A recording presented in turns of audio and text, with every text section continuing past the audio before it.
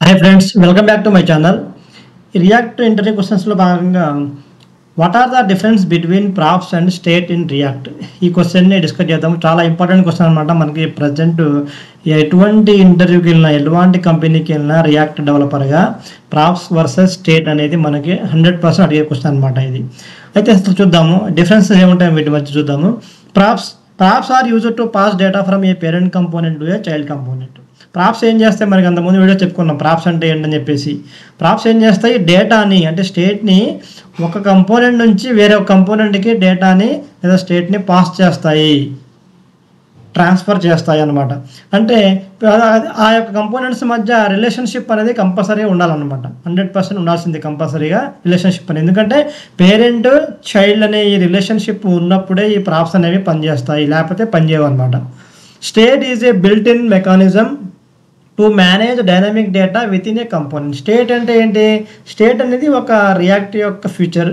అది రియాక్ట్ మనకి ఇచ్చిన చాలా మంచి ఫీచర్ అనమాట. అంటే స్టేట్ అంటే ఒక రకంగా చెప్పాలంటే డేటా, డైనమిక్ డేటా అనమాట. అయితే ఏ కంపోనెంట్కి ఆ కంపోనెంట్ లోపల మాత్రమే, అంటే వేరే కంపోనెంట్కి మనము దీన్ని ట్రాన్స్ఫర్ చేయలేము. ఏ కంపోనెంట్కి ఆ కంపోనెంట్లో డేటాను మేనేజ్ చేయడం అంటే డేటాను యాడ్ చేయడము, డేటాను డిలీట్ చేయడము, డేటాను ఎడిట్ చేయడము, డేటాను అప్డేట్ చేయడము, ఇలాంటి అన్ని చేయడానికి ఏ కంపోనెంట్కి ఆ కంపోనెంట్ సెల్ఫ్కి మాత్రమే చేసుకోవడానికి ఉపయోగపడే దాన్ని ఏమంటారంటే స్టేట్ అని చెప్పేసి అంటారు. Next immutable. Props are immutable, cannot be modified by the receiving component.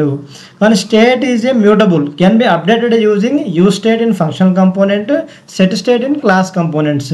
ఇది ఇమ్యూటబుల్ అంటే మనకి అంటే మారనిది, అంటే చేంజ్ అవ్వనిది. మ్యూటబుల్ అంటే చేంజ్ అయ్యేది.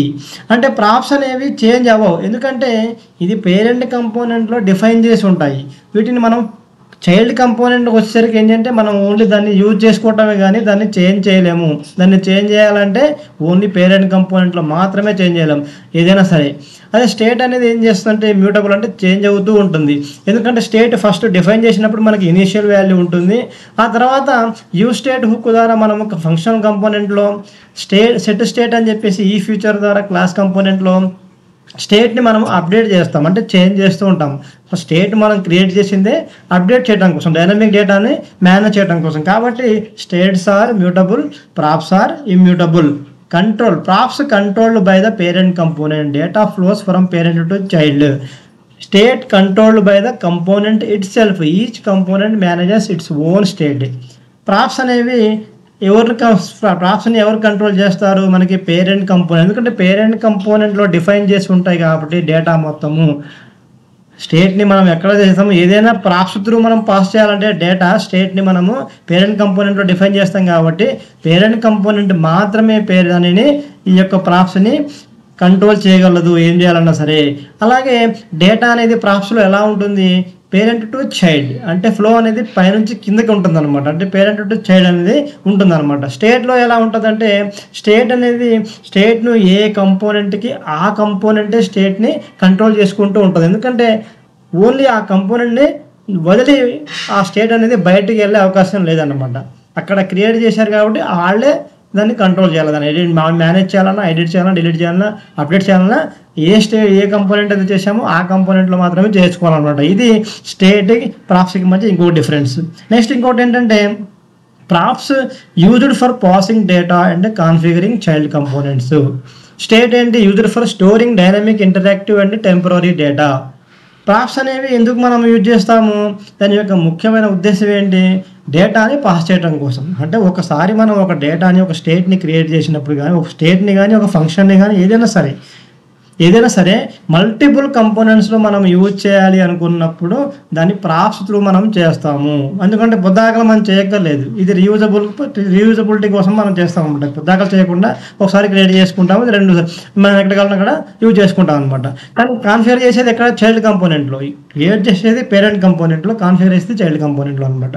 ఇది స్టేట్ ఎందుకు మనము వాడతాము, స్టేట్ యొక్క ముఖ్య ఫీచర్ ఏంటి, ముఖ్య కాన్సెప్ట్ ఏంటంటే డేటాను స్టోర్ చేయడం కోసము, అలాగే డేటాను టెంపరీగా స్టోర్ చేయడం కోసము, డేటాను డైనమిక్గా మేనేజ్ చేయడం కోసము, దానికోసం అనేది స్టేట్ అనేది మనం వాడుతుంటాము. Props changes in props to trigger a rerender. ఎప్పుడైతే పేజ్ అనేది కంపోనెంట్ అనేది రీరెండర్ అవుతుందో అప్పుడు ఏమవుతుంది, ప్రాప్స్ అనేవి ట్రిగ్గర్ అవుతుంటాయి, ప్రాప్స్ అనేవి వర్క్ యాక్షన్ చేస్తూ ఉంటాయి అన్నమాట. చేంజెస్ స్టేట్ కూడా అంతే, స్టేట్ కూడా రీరెండర్లో జస్ట్ పేజ్ లోడ్ అయినప్పుడు కాదు, ఓన్లీ ఆ కంపోనెంట్ ఎప్పుడైతే రీరెండర్ అవుతుందో అప్పుడే దాంట్లో స్టేట్ యొక్క యూ స్టేట్ ద్వారా మనం స్టేట్లో స్టేట్ని అప్డేట్ చేస్తూ ఉంటాం, అంటే డేటాని అప్డేట్ చేస్తూ ఉంటాం రీరెండర్ అయినప్పుడు మాత్రమే. Next, props can be passed from parent to child component. State is local to the component and can not be directly passed to children but can be lifted to parent and passed as props. చూసారు, props అనేవి మనం ఎప్పుడైనా సరే parent to child కంపోనెంట్స్కి pass చేయడానికి మనము వాడే ఒక ఫ్యూచరు. అదే స్టేట్ అనేది అలా చేయడానికి అవకాశం, డైరెక్ట్గా మనము పేరెంట్ నుంచి చైల్డ్ కంపోనెంట్కి పాస్ చేయలేము స్టేట్ని. ఫస్ట్ లోకల్లో మాత్రమే క్రియేట్ చేసినప్పుడు లోకల్లోనే యూజ్ చేసుకుంటాం. ఒకవేళ దాన్ని మనము పాస్ చేయాలన్నప్పుడు కంపల్సరీగా ప్రాప్స్ని వాడాల్సిందే. స్టేట్ ఎప్పుడైనా సరే ప్రాప్స్ వాడకుండా మనం చేయలేము అనమాట. Next, props can have default values using default props. State can have default values using use state initial value. అయితే ప్రాప్స్కి మనము డైనమిక్గా మనం స్టేట్ని మనం పాస్ చేస్తాం. ఒకవేళ డైనమిక్గా కాదు, మనకు ఫస్ట్ ఇనీషియల్ కొంత వాల్యూ అనేది ఇవ్వడం జరుగుతుంది. ఒకసారికి వేరియబుల్స్లో మనం జావాస్క్రిప్ట్లో అయినా రియాక్ట్లో అయినా ఇనీషియల్గా కొంత వాల్యూ అనేది మనం అసైన్ చేయడం జరుగుతుంది, స్టేట్కి కానీ వేరియబుల్కి కానీ. ఇలాగా ప్రాప్స్ కూడా మనం డిఫాల్ట్ వాల్యూ అనేది ఇనీషియల్ వాల్యూ అనేది మనము అసైన్ చేసేసి దాన్ని కూడా డిఫాల్ట్ ప్రాప్స్ రూపంలో మనము పాస్ చేయొచ్చు పేరెంట్ నుంచి చైల్డ్ కంపోనెంట్కి.